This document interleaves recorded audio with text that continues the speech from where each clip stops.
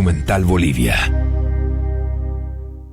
Conectados con el pulso de La Paz y Cochabamba.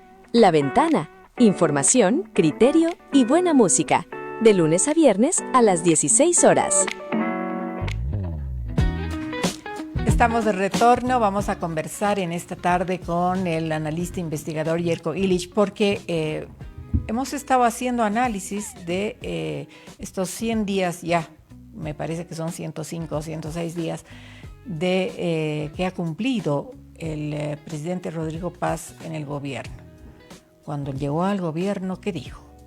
Se encontró con un país en crisis, devastado, con una cloaca, recuerdan ustedes, y ¿cuáles son las acciones que ha realizado para salir adelante en esta promesa que le ha hecho a los bolivianos de sacarlo al país de esta situación? Jerko, buenas tardes, qué gusto de tenerte aquí. Hola, Lorena. Estoy reconociendo en tu nueva casa. En mi nueva casa, sí. Sí. Para seguir informando, para seguir compartiendo y para, por supuesto, analizar y entender todo esto que estamos viviendo los bolivianos. Desde el 8 de noviembre que tenemos un presidente diferente, un vicepresidente diferente, otra gente, un recambio social en la Asamblea Legislativa Plurinacional también, otras personas, con otros pensamientos. Con otras cortes también. Así es, con otras cortes. Dos incompletas todavía, pero cortes nuevas, podría decirse. Con partidos también, por qué no decirlo, divididos, con corrientes, en fin, todas estas cosas ya las conocemos. ¿Qué ha podido avanzar cuando llega Rodrigo Paz al país y dice, bueno, contra un país repleto de corrupción, de imposibilidades que tiene dentro de no poder hacer ese recambio de funcionarios por A o B motivo, ¿no es cierto? Estamos viendo lo que sucede en yacimientos, por ejemplo. Sí. Entonces, no es fácil, es decir, lo que decíamos aquí en el programa días pasados, otra cosa es con guitarra, ¿no? Uno puede prometer miles de cosas, inclusive él había hablado del 50-50, pero no es fácil, es complicado. Hay obstáculos jurídicos, hay que desenredar todo este nudo para poder viabilizar ciertos planes que hubiera prometido en campaña. ¿Cómo la ves? Mira, lo primero que creo que sí lo ha hecho ha sido entusiasmar a la ciudadanía con lo que es un cambio de gobierno, que además tiene otro tipo de lenguaje. El lenguaje es... Tú puedes decir que es... Sí, o sea, está entre lo neoliberal, así dentro de lo que es moda más o menos, porque no es neoliberal de los 90, aunque podríamos ver algunos rasgos de noventismo, es como una nostalgia en los 90s. Ajá. Pero también es muy mindfulness de política. ¿A qué me refiero? Eso no es que sea woke el gobierno de Rodrigo Paz Pereira, sino es un gobierno que está apuntado a que cada uno de nosotros nos sintamos entrepreneurs, somos emprendedores. Ajá. Eso es algo muy importante porque el gobierno anterior venía de un ciclo que te decía, Lorena, tú no hagas nada, o sea, tú eres incapaz de hacer o de producir riqueza. La riqueza la va a producir el Estado y el Estado va a redistribuir y de lo que redistribuya algo te va a tocar a ti. ¿Ya? Con alguna garantía de que te va a tocar a ti, tal vez no lo que tú quieres, tal vez no lo que tú necesitas, pero sí te va a tocar a ti. Obviamente también dentro de este discurso está, más nos va a tocar a nosotros, porque nosotros somos los repartidores. Ok. En el gobierno de Paz Pereira, que además es la campaña, no, todos vamos a ser entrepreneurs, todos vamos a ser dueños de lo que podamos obtener a partir de lo que son nuestras capacidades. Por eso te digo, es muy mindfulness. Tú eres capaz de generar tu propia riqueza. El Estado lo que tiene que hacer es generarte algunas condiciones en las cuales este autoenriquecimiento no pase por, obviamente, unirte a las mafias, que hay en Bolivia fuertes, cooperativismo minero, Pero totalmente. el sistema agroempresarial, ¿qué te puedo decir? Lateral o paralelo a lo que se llamaba el agroempresario. el agroempresarialismo cruceño tradicional, o las mafias del contrabando, que incluso ya ahora son tan tecnificadas, tecnologizadas, que superan incluso lo que se podría llamar este contrabando folclórico que solíamos tener, y es el que te da la posibilidad de chupar en el preste. Y que los hace corretear a los COEs, no sé qué, porque Pero claro, porque es más violento. Más violento, te atrapan, te torturan Sí, y sí. obviamente da Sí. miedo acercarse a las fronteras porque ellos tienen que seguir contrabandeando. Ya no es el contrabando folclórico, ¿no? El que Así se es. decía que, sí, bueno, con la plata que has hecho, lo devuelves en el preste y al final todos terminaban bailando morenada, ¿no es cierto? Policías, jueces, contrabandistas y ciudadanía. No, este es otro tipo de control. El cooperativismo minero tampoco es algo de lo que uno puede agarrar y decir, estos son jucus, ¿no? A pesar de que el juqueo es algo muy fuerte en este país como cultura.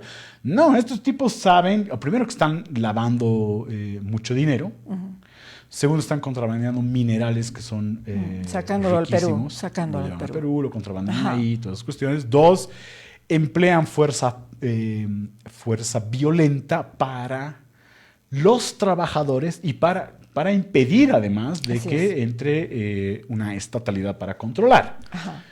Son prácticamente esclavistas, hacen mucho trata y tráfico, contrabandean mercurio, y el contrabando de mercurio, eso vale la pena que lo digamos, estaba en manos del cartel Nueva Generación Jalisco. Había unos reportajes muy interesantes, y lo menciono esto porque el día de ayer al capo del Mencho. el famoso Mencho, ¿cierto?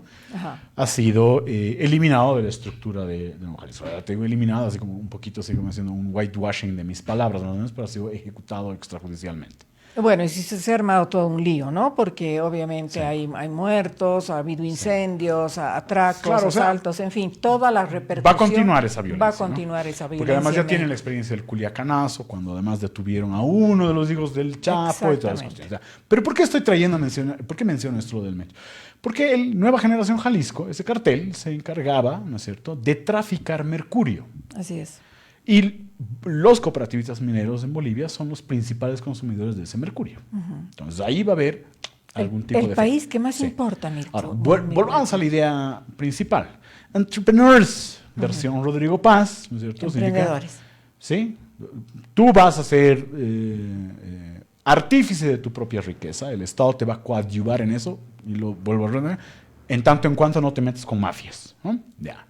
¿Eso qué te plantea, básicamente? ¿Qué idea? Entonces, bueno, entonces tengo que invertir, no solamente en mí, y aquí viene el entusiasmo que está generando Rodrigo. Sí, tienes que invertir en ti, pero invertir en ti también significa invertir en el país. Ese entusiasmo está. Ese es el entusiasmo que básicamente cubre como un glaseado, ¿no? Esto es la forma de glasear estos elementos que tú has visto, básicamente, lo que significa la administración pública. Ajá. Muy difícilmente tenemos políticos que entiendan la administración pública. Yo creo que ya no tenemos esa generación. Tal vez el último que entienda la administración pública en su dimensión total era Jorge Ramírez. O es Jorge Tuto Quiroga Ramírez, ¿no? Sí, claro, pues le pongo el Jorge Ramírez, ¿de quién? Tuto. El Tuto entendía esa administración pública porque también es como noventista, ¿no? Además, al final de los 90 fue presidente y entendía esa dimensión. Los grandes entendedores de la administración pública siempre han sido los MNRistas. Por eso Víctor Paz Tensoro podía darse el lujo de que en los primeros años, en los primeros días de su mandato del 85, ¿no es cierto?, te tiraba básicamente el 21060, la nueva política económica. Así es. Rodrigo, más allá de su experiencia en lo que es la estatalidad local y en lo que es la representación territorial departamental, por lo que es su senaturía, no tiene esa experiencia de lo que es manejar un Estado. Y la gente que lo acompaña, tampoco. A ver, el primer anillo de decisión ante las cosas importantes, estrategias que tiene el país, Sí. me parece que son don Jaime Paz, don Oscar Eid, don Tuco Viedo, está ahí la señora Gilda Céspedes y está Rodrigo Paz, por supuesto. Sí, pero como heredero básicamente de lo que es esa transmisión de experiencia. Ajá. pero yo no estoy muy seguro que don Jaime Paz le haya dado los tutoriales suficientes como para entender cómo se maneja la estatalidad, porque además... Además que ha cambiado la estatalidad. Claro, porque si Jaime Paz quiere decirle, mira, yo voy a hacer tu YouTube más o menos, ¿no? Tu tutorial de cómo se maneja un Estado, Ajá. es noventista. Y él fue exitosamente un presidente en los 90. Así es. Más allá de todas las especulaciones y todas las críticas. No, él ha sido presidente. No solamente ha sido presidente, sino que su presidencia puede estar calificada como una presidencia que ha seguido la política, la política del 2160, ha ampliado el tema con lo que es las reformas tributarias. No hay que olvidar que el régimen simplificado es de él, la SAFCO es de él y otro tipo de cosas. Ajá. ¿No? Ya, muy bien.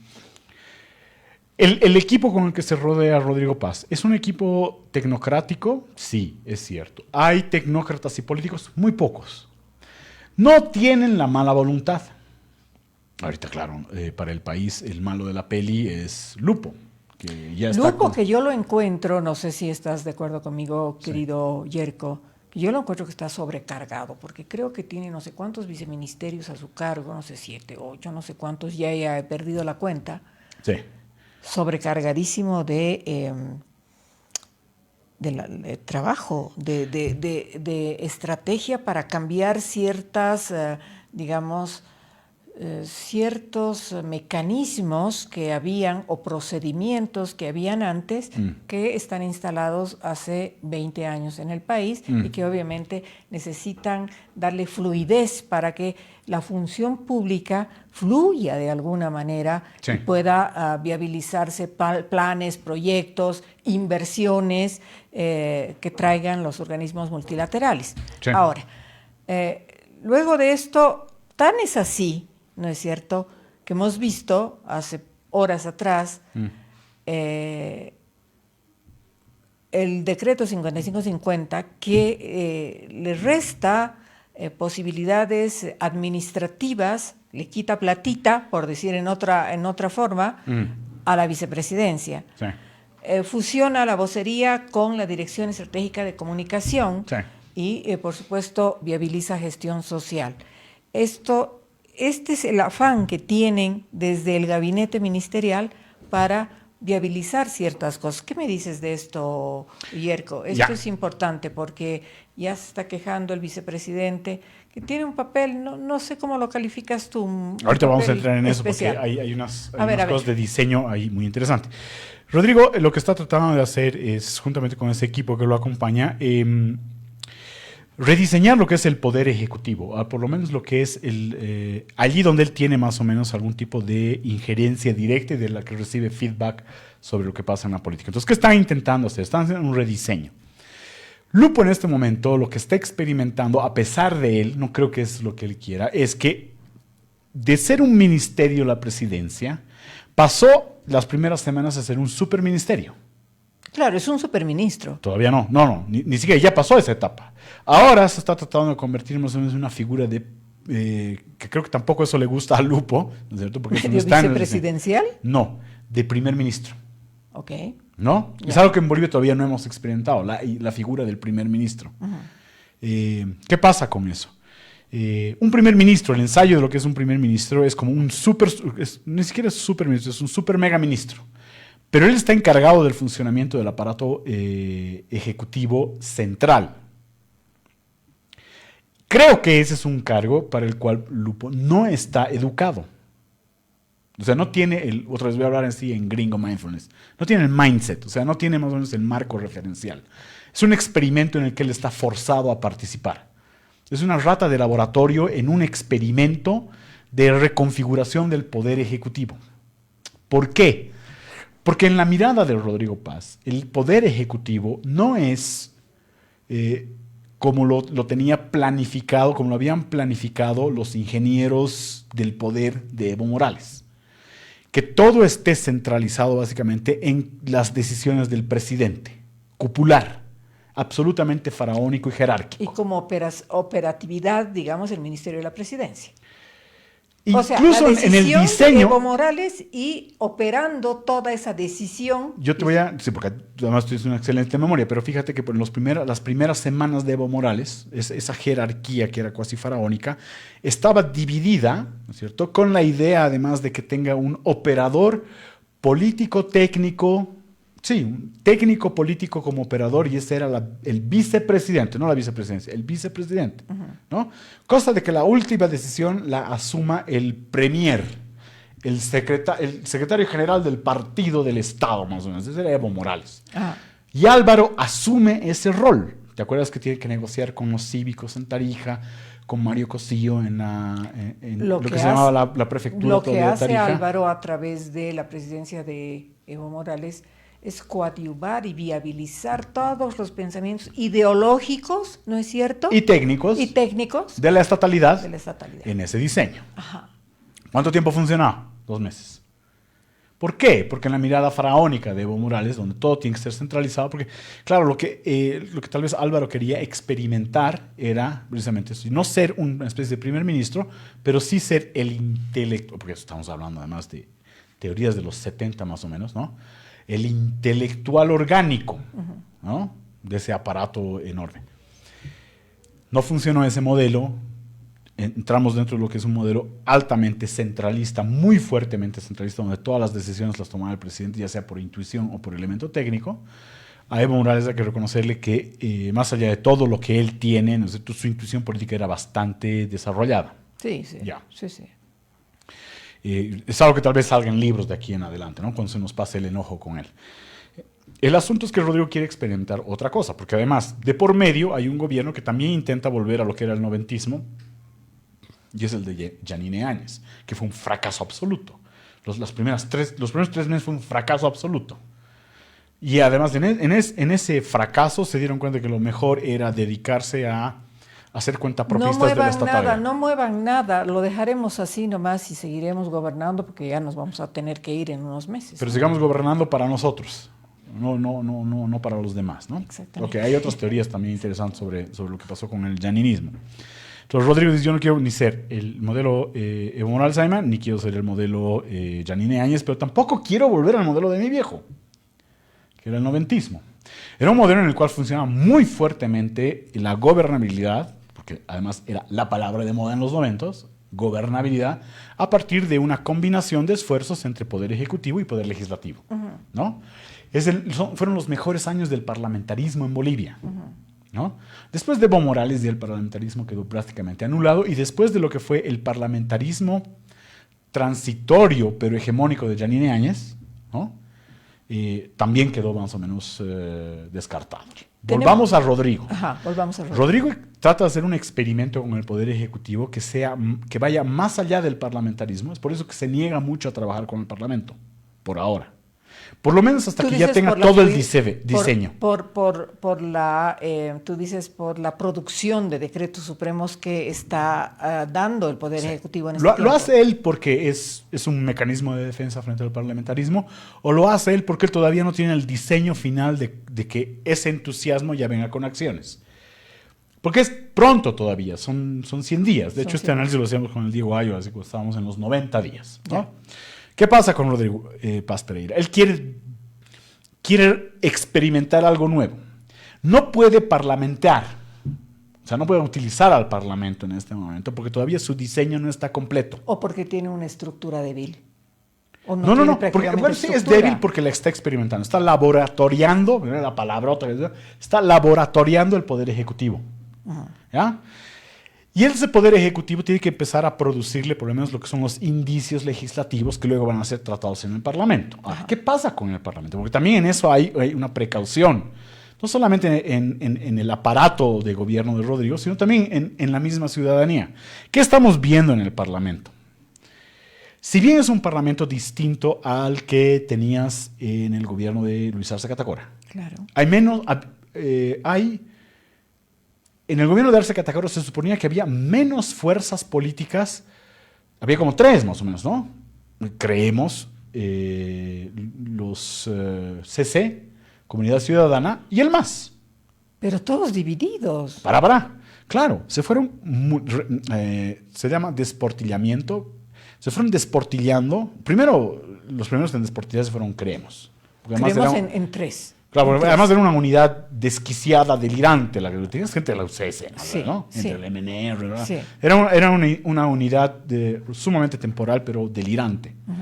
Pero además tenía un concepto de la territorialidad cruceña que era enemiga, era hostil al concepto de unidad nacional. Entonces, tarde o temprano esa locura iba a explotar.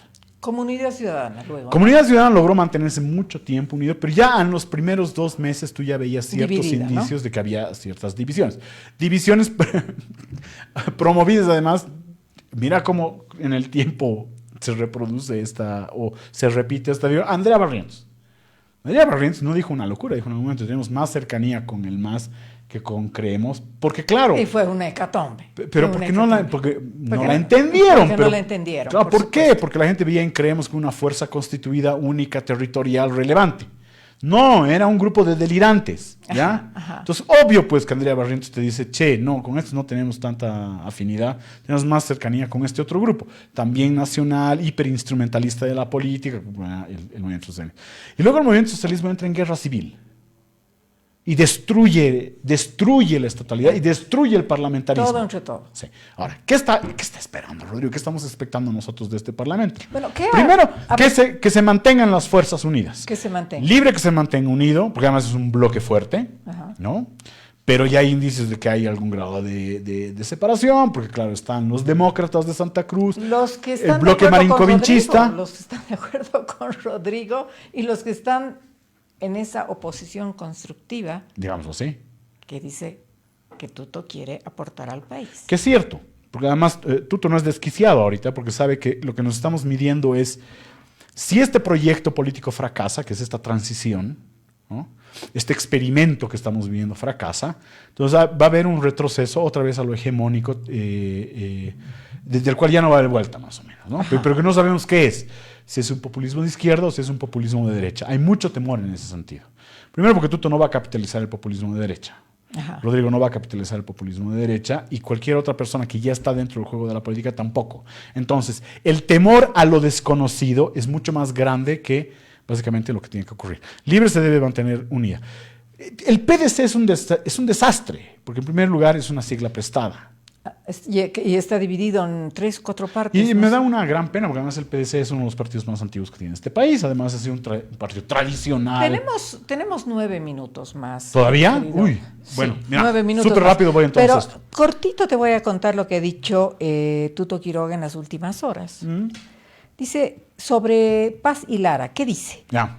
Sabíamos que es un binomio incoherente y pegado por la ambición de llegar al poder.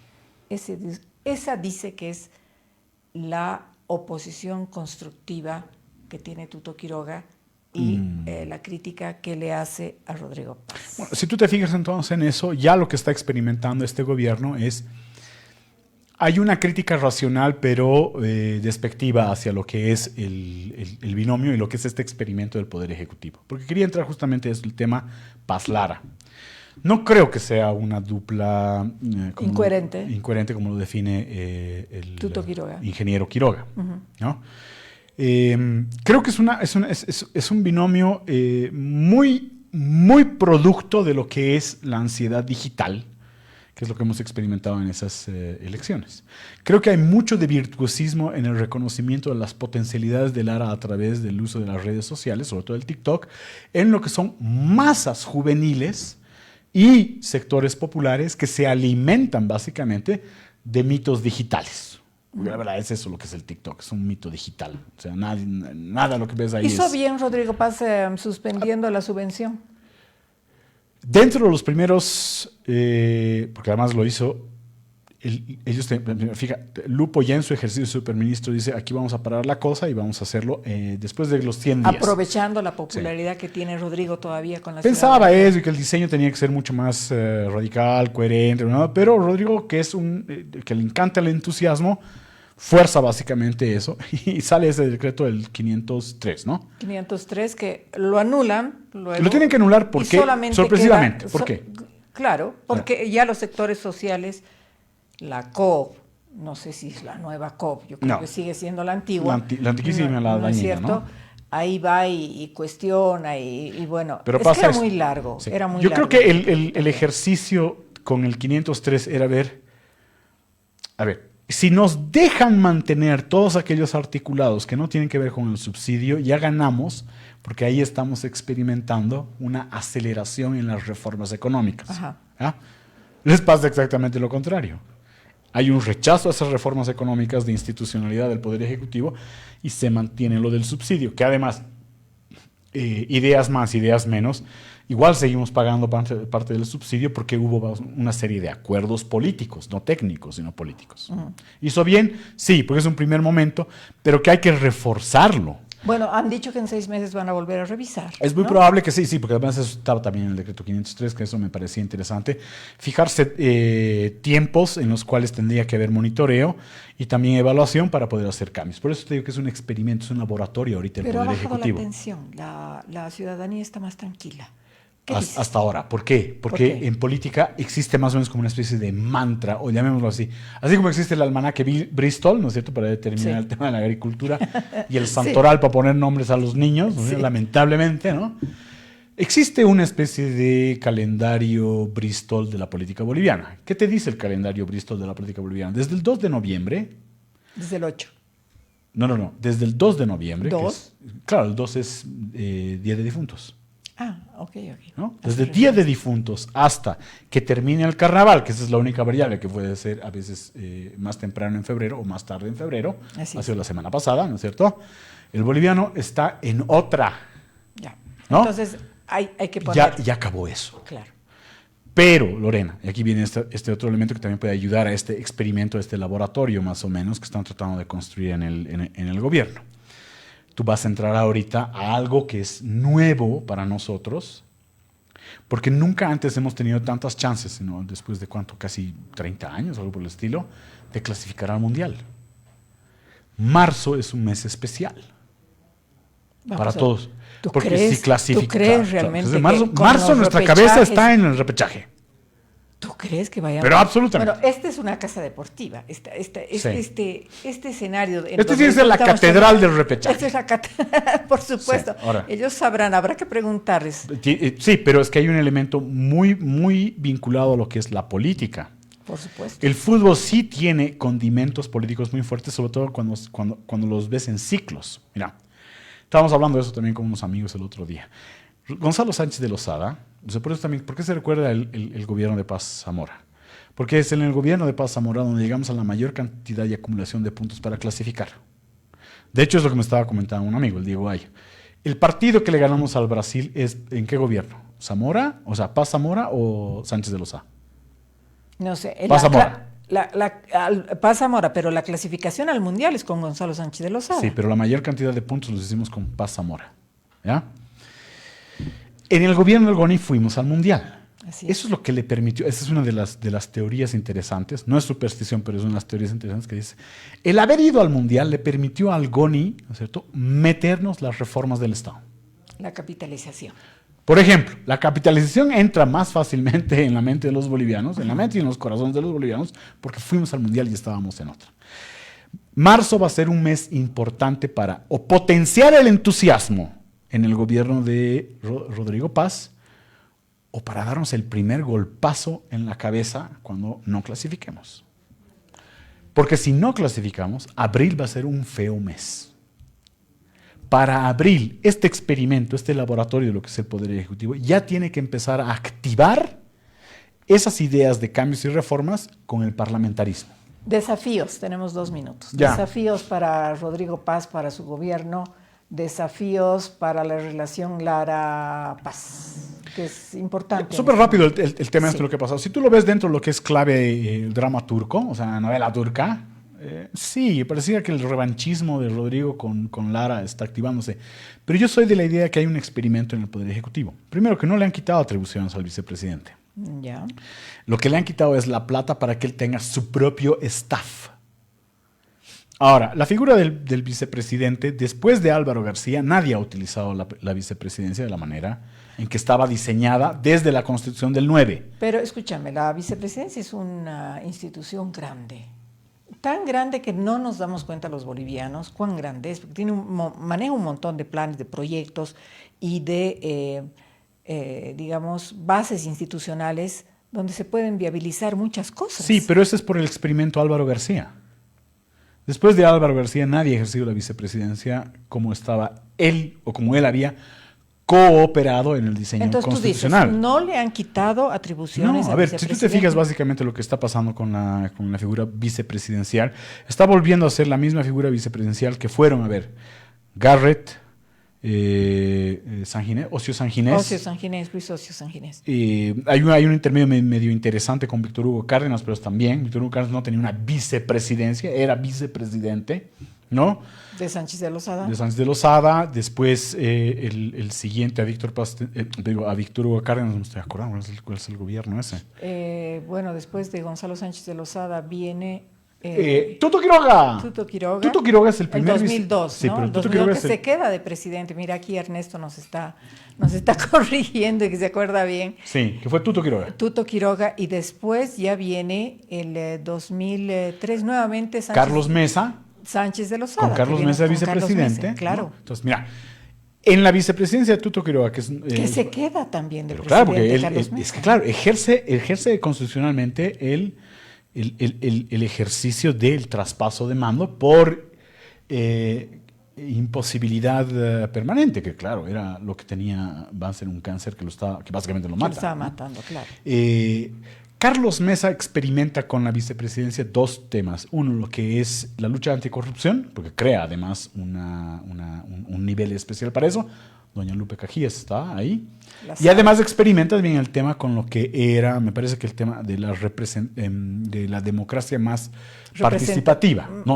Participativa, ¿no? representativa. Ahí estaba la transición, sí, digamos. Sí, sí. ¿no? Que de hecho eso le permite básicamente en su gobierno, o sea, generar los referéndums. Bueno, después viene Rodríguez Belcé, que es medio... Pero es presidente, es presidente absoluto, es un ¿no? presidente de transición. Que se ¿no? queda. Ya. Entonces, si tú te fijas, solamente el Álvaro, muy poquito don Tuto Quiroga, algo ya Carlos Mesa, hacen de la vicepresidencia una especie de componente de generarle nuevo tipo de flujo, no popular te diría, ni populista, pero por lo menos un flujo más democrático a la presidencia, al sistema del Poder Ejecutivo. Álvaro García es algo totalmente distinto. Ahí la vicepresidencia tomó mucha fuerza, ¿no? Adquiere la fuerza de lo que sea, ¿no es cierto? La intelectualidad orgánica que acompaña al proceso de cambio. ¡Tac! Después de eso, David Choquehuanca básicamente anula la vicepresidencia y se oculta. Choquehuanca no hace nada. O sea, David Choquehuanca ¿Qué pasa con Lara? Ahora, ¿qué pasa con Lara? Si tú lo ves dentro de lo que es la mirada de lo que yo te decía, la revancha, la novela, claro, le están quitando están quitando poder económico para que no se constituya en el primer opositor. Pero en realidad le están ofreciendo la posibilidad de coparticipar en este nuevo diseño del Poder Ejecutivo. ¿Qué es eso lo que están en este momento? Para resumir, es en eso que están todavía a 100 días de haberse tomado la administración estatal, que es descomunal y que obviamente tiene muchos vericuetos en los cuales todavía no encuentran ni personal, ni ideas como para hacerla funcionar plenamente. Yerko, públicamente te puedo comprometer para que en la próxima semana analicemos el tema de las subnacionales. Nos ha faltado tiempo. Yo te había invitado también para eso, para ver las sintonías y cómo va la correlación de fuerzas en este tablero político que se está jugando el país y que va a decidir el 22 de marzo en las elecciones subnacionales. Sí, bueno, es pertinente que lo vamos a la próxima semana. No sé si el lunes, no sé por qué. Ya es pesado el lunes como para además venga yo y a tu audiencia le cargue con cosas. Pero hay un dato bien interesante de las subnacionales. La campaña ha empezado recién el viernes pasado. En todo el país. De eso vamos a hablar, es importante. Quiero agradecerles la atención dispensada a todos ustedes. Ya saben, nuestro invitado nos va a permitir escucharlo y disfrutar de su análisis la próxima semana. Y nosotros nos encontramos mañana a las 4 de la tarde con otra versión más de La Ventana. Buenas tardes.